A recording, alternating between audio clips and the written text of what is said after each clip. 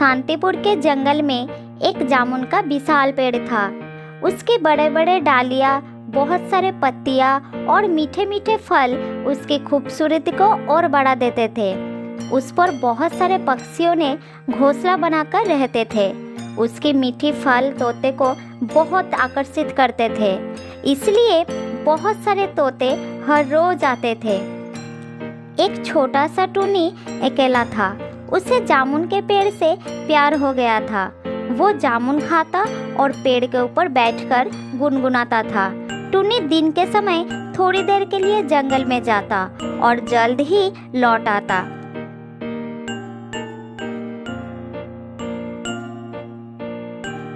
जामुन का पेड़ भी उसे बहुत पसंद करता था। उसे मीठे मीठे फल खिलाता और अपने डालियों पर उसे छुपा कर रखता। एक दिन टुनी उड़ते हुए जंगल में गया था।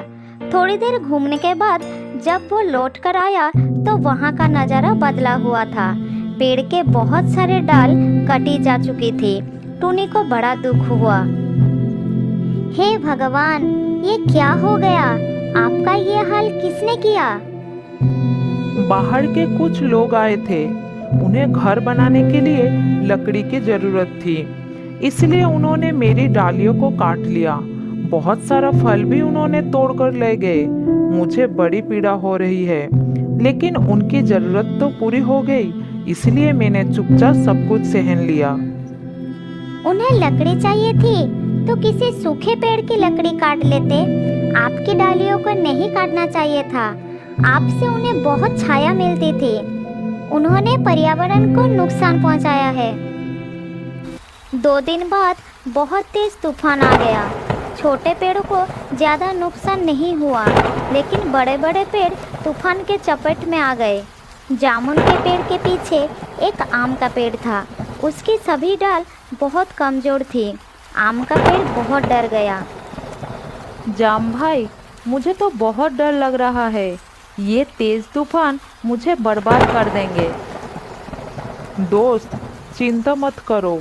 इस तूफान का मुकाबला पहले मुझसे हो रहा है। तुम मेरे पीछे चुपचाप खड़े रहो। तुम्हारे ऊपर आज भी नहीं आएगी। मैं तुम्हें बचा लूँगा। तूफान की तेज हवाएं जाम के पेड़ से टकराने लगी। वो डटकर मुकाबला कर रहा था। आम का पेड़ सुरक्षित रह गया था, लेकिन जाम के पेड़ को बहुत नुकसान हो रही थी। उसकी बची हुई डालियों टूटने लगी थी।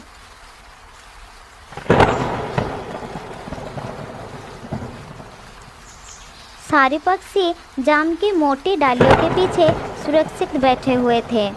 थोड़ी देर बाद तूफान थम गया। पक्षी और आम के पेड़ को तो नुकसान नहीं हुआ, लेकिन जाम के पेड़ का बड़ा नुकसान हुआ। उसकी आंखों में आंसू आ गए थे। टुनी भी उसके सामने रो रहा था। टुनी ने देखा सारी पक्षी तूफान थमने के बाद जाम के पेड़ को छोड़कर जा रहे थे।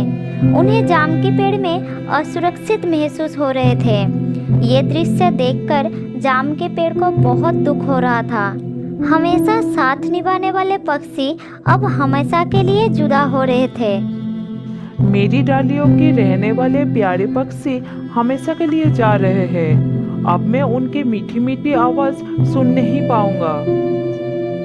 अंत में टुनी भी उड़कर चला गया और ये देखकर जाम के पेड़ को सहा नहीं गया। वो रोने लगा। अब टुनी भी चला गया।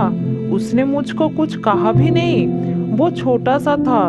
जब उसकी माँ का देहांत हो गया तब मैंने उसे संभाला। मेरी फल खाकर वो बड़ा हुआ। मैंने सपने में भी नहीं सोचा था कि टुनी मुझसे दूर हो जाएगा। जाम के पेड़ से सभी पक्षी चले गए थे। उसकी डालियां सूनी पड़ गई थी। ये सब देखकर आम के पेड़ ने कहा, जाम भाई, मुझे बड़ा अफसोस है। मैं आपके किसी काम नहीं आ पाया।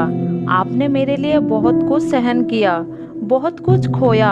आपने आपको समर्पित कर दिया, लेकिन टुनी तो आपसे बहुत प्यार करता था। वो क्यों बिना बताए चला गया?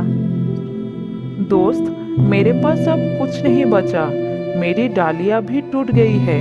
सारे फल गिर गया है। मैं किसी को छाया भी नहीं दे सकता। टुनी भी मेरे साथ रहकर दुखी होता। अच्छा ही हुआ वो चला गया। भगवान उसे जहाँ रखे सुखी रखे। अब तो लोगों ने मुझे किसी दिन जड़ से काट डालेंगे। आम और जामुन में बातें चल रही थी। इतने में अचानक टूनी लौट कर आया और जाम की डाल पर बैठ गया। आम और जाम के पेड़ ने उसे आश्चर्य से देखने लगे। अरे टूनी, मुझसे मिलने आए हो? तुम तो चले गए थे। मैं गया ही कहाँ था। मैं उन पक्षियों को रुकने की कोशिश कर रहा था। मैं आपको छोड़कर कभी नहीं जाऊंगा। आपसे दूर रहने की मैं सोच भी नहीं सकता। आप ही मेरी सब कुछ हो। प्यारी टूनी, तुम मुझे छोड़कर जा रही हो ये सोचकर मुझे बहुत दुख हुआ। मैं तो निराश हो गया था। लेकिन टूनी, मेरे पास तो फल भी नहीं रहा। आप चिंता मत करिए, मैं अपनी व्यवस्था कर लूंगा, लेकिन आपसे दूर नहीं रह पाऊंगा। जाम के पेड़ की आंखें गीली हो गई। टूनी का प्यार और अपनापन देखकर वो बहुत खुश हो गया। वो अपना सारा दुख दर्द भूल गया। एक पक्षी और पेड़ की अनोखा प्यार देखकर विधाता ने जाम को सब कुछ लौटा दिया। जाम का पेड़ फिर से हरा भरा हो गया और सारे पक्षियां भी धीरे धीरे लौट आए। फिर वो सब खुशी खुशी रहने लगे।